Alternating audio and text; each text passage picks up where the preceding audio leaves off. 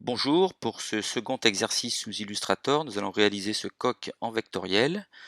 Donc nous allons séparer le travail en deux parties. Dans un premier temps, nous allons réaliser la partie noire du coq ici, en vectoriel. Donc je vais vous montrer le type de résultat que nous aurons à la fin. Et dans un deuxième temps, nous réaliserons la mise en couleur. Et nous allons apprendre comment organiser ces calques, comment gérer les couleurs dans Illustrator. Donc on va ouvrir un nouveau document. Ici, on va lui mettre une taille de 200 mm sur 200 mm. Dans les options avancées, on fera attention d'être bien en mode colorimétrique CMJN, puisque je travaille, on va dire, pour l'édition. Je crée ce nouveau document. Je vais à présent importer, donc fichier, importer mon fichier qui va me servir de modèle. Donc ici, logo sport. Et nous allons cocher la petite case modèle afin que celui-ci s'importe sous un calque séparé et qui a une version un petit peu opacifiée qui va me permettre de pouvoir dessiner facilement dessus. Donc celui-ci est bien verrouillé, faites attention à ça pour éviter de le sélectionner intempestivement. Donc je reste sur le calque 1 et je vais prendre un premier outil qui est l'outil plume. Alors je vous rappelle que chaque outil ici, qui ont des outils cachés derrière, on peut détacher la palette en faisant glisser ici la partie verticale. Et on va prendre le premier outil qui est l'outil plume.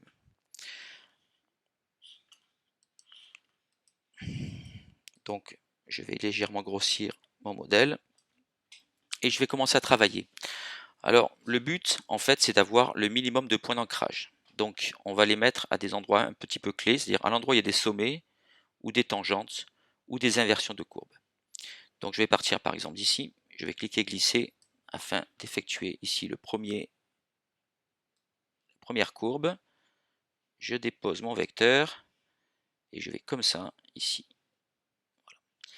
Alors pas de souci si vous avez des vecteurs qui sont mal positionnés, on pourra à tout moment les repositionner par la suite.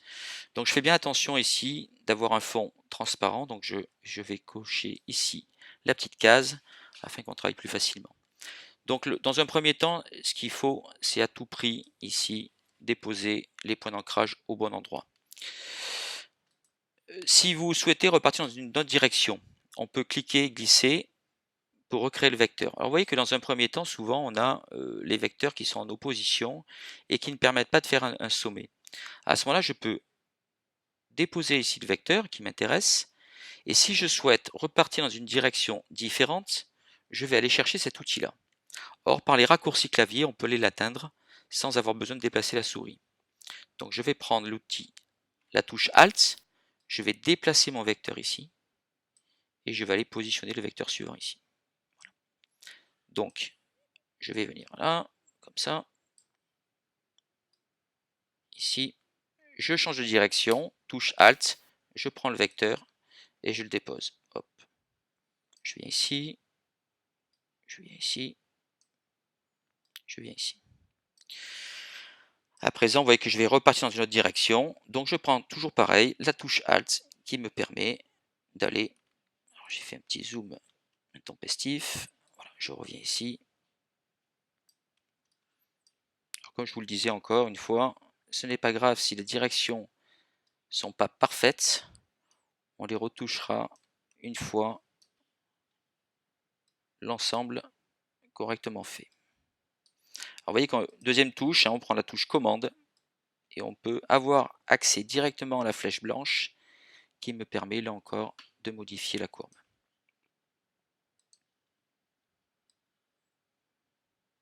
Là, touche Alt, je change de direction. Ici, je crée une autre direction. Ici.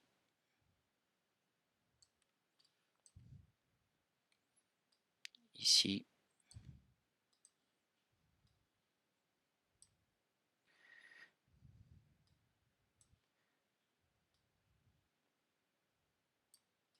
Je change de direction. Et je viens bien fermer ma courbe. Alors ça, c'est très important de revenir sur le point initial. Vous voyez que la petite plume a un petit rond qui s'appose dessus et qui m'indique que je suis bien en train de fermer ma forme. Voilà. Très important. Donc à présent, je vais pouvoir prendre la flèche blanche et de pouvoir retoucher éventuellement vecteur par vecteur. Voilà. Donc vous voyez que quand on clique sur le segment de tracé entre deux points d'ancrage, les vecteurs apparaissent et je peux retoucher mes lignes. Voilà, ici, comme ceci. Ici, on va peut-être un petit peu tendre de ce côté-là. Voilà. Là, on n'est pas trop mal. Là, on va essayer de lui rendre la coupe un peu plus harmonieuse. Voilà. Là, on va l'attendre un peu plus. Pas trop mal. Ici.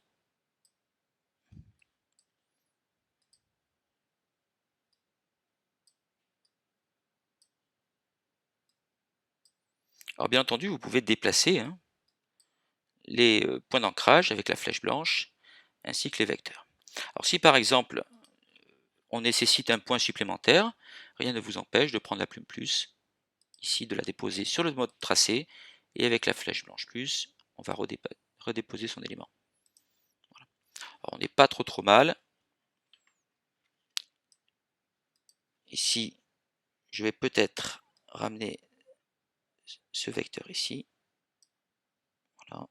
Et on va essayer de faire des courbes qui sont un peu plus harmonieuses, un peu plus tendues.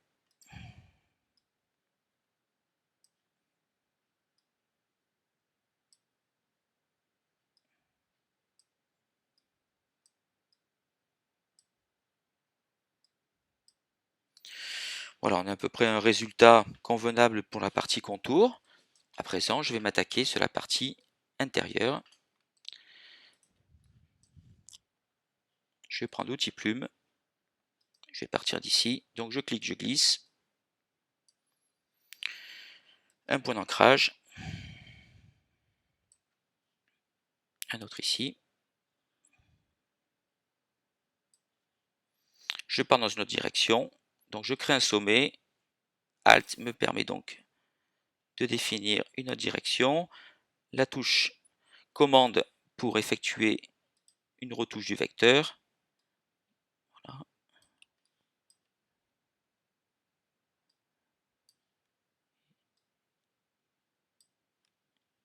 Je viens ici, un petit sommet. Alt, je repars dans une autre direction. Je reviens ici, Alt.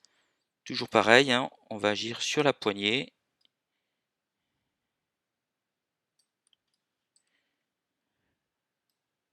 Touche Alt ici.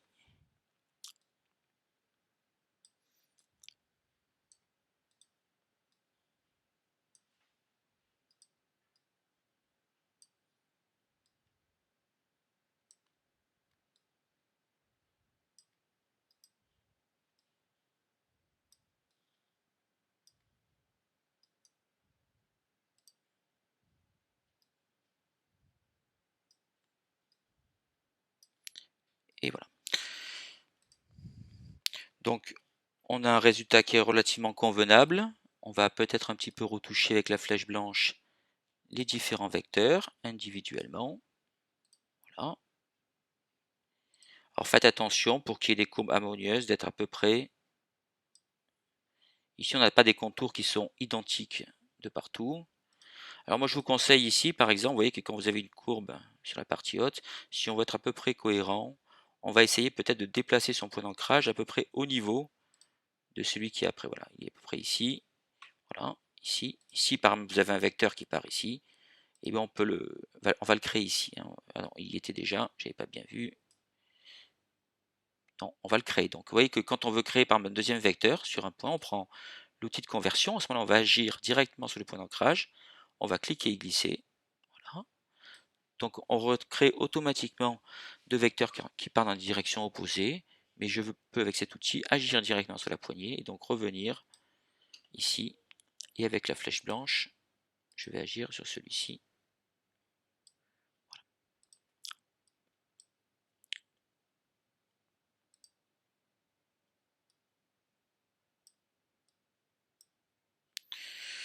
Voilà, on est à peu près correct.